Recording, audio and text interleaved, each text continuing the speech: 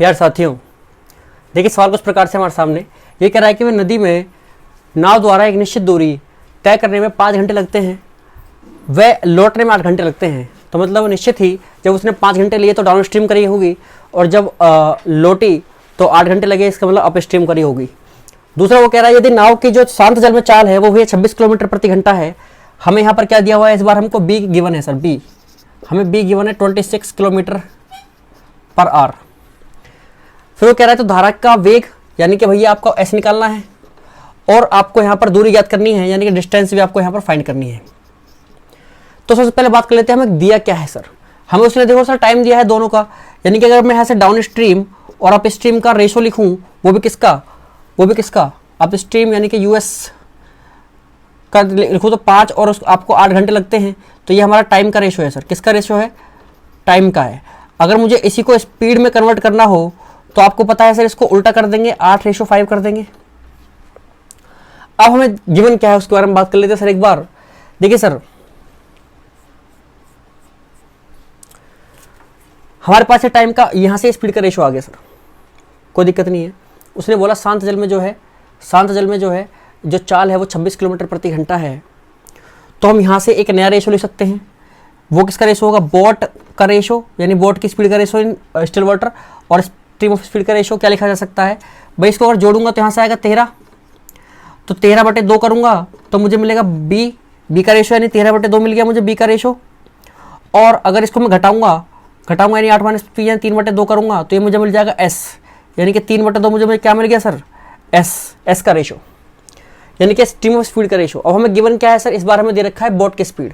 तो बोट की स्पीड का रेशो बोट की स्पीड के बराबर, बोट की स्पीड का रेशो बोट की स्पीड के बराबर, यानी कि इसे 26 के इक्वल होगा 13/2। अब ये 2 चला जाएगा मल्टीप्लाई में, भैया इस 2 को भेजो जरा मल्टीप्लाई में। और हमें निकालना क्या है? स्ट्रीम ऑफ स्पीड, यानी कि ये एस निकालनी है, तो इससे करेंगे मल्टीप्लाई, जो कि हमारी है 3/2। तो जब 3/2 से मल्टीप्लाई करेंगे तो 2 से 2 कट जाएगा यहाँ पर। जब 2 से 2 कट जाएगा सर, तो आप यहाँ पर देख पा रहे हो कि 13 से कटेगा 2 बार, और 3 दूनी 6, 6 किलोमीटर पर आवर हमारी क्या हो गई सर? डाउन स्ट्रीम नहीं, स्ट्रीम ऑफ स्पीड होगी हमारी सर 6 किलोमीटर पर आवर। अब उसने बोला डिस्टेंस में निकालो सर। तो डिस्टेंस निकालने में कितना समय लगेगा सर आपको? देखिए डिस्टेंस के लिए फॉर्मूला क्या होना चाहिए आपका? बट डिस्टेंस के लिए सीधी सी बात है कि आपको क्या पता होना चाहिए, आपको या तो आपको डाउन स्ट्रीम पता हो और डाउन स्ट्रीम में लगने वाला टाइम पता हो, तो आप यहाँ पर आपका स्पीड निकाल लोगे, डिस्टेंस निकाल लोगे। या फिर आपको अगर डिस्टेंस निकालना है तो एक चीज़ और आपको पता होनी चाहिए, क्या? या तो आपको अप स्ट्रीम पता हो या फिर उसका टाइम पता हो, इन दोनों में कुछ चीज़ें पता हो।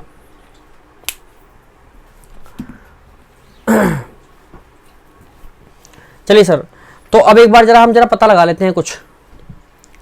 हम यहाँ से डाउन स्ट्रीम का पता लगा लेते हैं। भाई डाउन स्ट्रीम कैसे निकालोगे आप? आपका स्पीड का रेशो क्या है सर? 8 किलोमीटर। स्पीड का रेशो क्या है? 8 किलोमीटर। चलिए कोई जरूरत नहीं है उसकी। तो डाउन स्ट्रीम आपकी क्या आ जाएगी? डाउन स्ट्रीम की बात कर लेते हैं एक बार, जरा दूसरे पेन से कर लेते हैं। तो डाउन स्ट्रीम आपकी रहेगी यहां पर, भाई अगर आप इस बी में शांत जल में जो आपकी नाव की चाल है उसमें अगर हम ऐड कर दें क्या इस 6 को, यानी कि स्पीड ऑफ स्ट्रीम को, तो मुझे डाउन स्ट्रीम मिल जाएगी, यानी कि 26 और 6 32 किलोमीटर,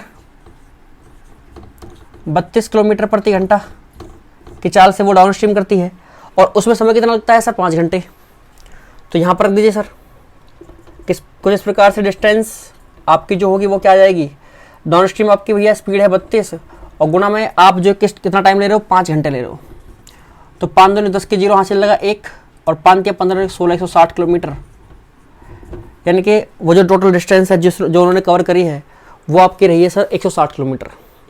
अब देखिए सवाल बहुत आसान है। अगर हमें चीज़ों को पता हो, चीज़ों के बारे में पता हो, और हमें पता हो कि क्या पता है, क्या सवाल में दिया गया है, क्या निकालना है इसके बारे में। तो जैसे उसने बोला कि वे नदी में जो नाव चल रही थी वो एक निश्चित दूरी एक तय कर रही थी आपकी, वो क्या थी? 5 घंटे में उसने तय करी। फिर जब वापस लौटती है तो 8 घंटे में। तो हमें यहीं से पता चल जाना चाहिए कि जो चीज़ कम समय में हो रही है वो डाउन स्ट्रीम है, और जिसमें ज़्यादा समय लग रहा है वो अप स्ट्रीम है। दूसरा उसने बोला कि भैया हमें शांत जल में नाव की चाल हमें दे रखी है 26 किलोमीटर प्रति घंटा, और हमसे बोला कि भैया हमें एस निकालो, यानी कि स्ट्रीम ऑफ स्पीड निकालो, डिस्टेंस निकालो। तो हमने यहाँ से डाउन स्ट्रीम और अप स्ट्रीम का रेशो लिया, जो कि 5 घंटे और 8 घंटे हमें दे रखा था, टाइम का रेशो लिखा हमने। तो इसको पलट देंगे तो हमारा ये डाउन स्ट्रीम और अप स्पीड में अप स्ट्रीम में स्पीड का रेशो बन जाएगा 8:5। तो यहाँ से हमने क्या करा, यहाँ से हम एक रेशो लिख सकते हैं जो कि हमारा है शांत जल में जो नाव की चाल होती है, यानी बी, यानी speed of boat in still water, and stream of speed यानी कि धारा की चाल का रेशो हमने क्या लिखा। अगर इन दोनों को जोड़ करके 2 से भाग देंगे तो बोट का आ जाएगा, इन दोनों को घटा करके 2 से भाग देंगे तो एस का आ जाएगा। तो ये आपका बी का आ गया, ये आपका एस का आ गया यहाँ पर। अब हमें क्या पता है सर, हमें बी की वैल्यू पता है 26। तो 26 बटे जब मैं 13/2 करूँगा तो 2 चला जाएगा मल्टीप्लाई में, और हमें चाहिए क्या, हमें चाहिए एस की वैल्यू, यानी 3/2 से कर दी मल्टीप्लाई। तो यहाँ से जैसे मल्टीप्लाई करी मुझे यहाँ से 6 किलोमीटर प्रति घंटा मिल गया, यानी कि मुझे स्ट्रीम ऑफ स्पीड मिल गई 6 किलोमीटर प्रति घंटा। तो पहला काम तो मेरा डन हो गया। अब दूसरा काम आपका क्या, डिस्टेंस निकालना। तो उसके लिए 2 चीज़ें पता होनी चाहिए, या तो आपको कैसे भी डाउन स्ट्रीम पता हो या फिर आपको अप स्ट्रीम पता हो, कुछ भी निकाल लो। मैंने यहाँ पर डाउन स्ट्रीम निकाल ली। डाउन स्ट्रीम के लिए क्या करा मैंने, 26 में इस 6 को जोड़ा तो मुझे डाउन स्ट्रीम मिल गई। अगर 26 में से 6 को हटा दूंगा तो मुझे अप स्ट्रीम मिल जाएगी, और अप स्ट्रीम के लिए फिर मैं यहाँ पर अप स्ट्रीम का टाइम यूज़ कर लूँगा। डाउन स्ट्रीम मिले तो मैं डाउन स्ट्रीम का टाइम यूज़ कर लिया, मल्टीप्लाई कर दिया, आंसर आ गया। कोई किसी भी मेथड से कर सकते हो, आपका आंसर सेम ही आएगा। तो मुझे पूरी उम्मीद है कि भैया आपके सवाल समझ में आ गया होगा। अगर फिर भी कोई डाउट है तो आप जो कमेंट कर सकते हो। उसके अलावा अगर समझ में आ गया है तो प्लीज़ वीडियो को लाइक जरूर कर देना, चैनल को सब्सक्राइब करना बिल्कुल नहीं भूलना है। उसके साथ साथ हम आपसे मिलते हैं अगली वीडियो में, जब तक के लिए धन्यवाद।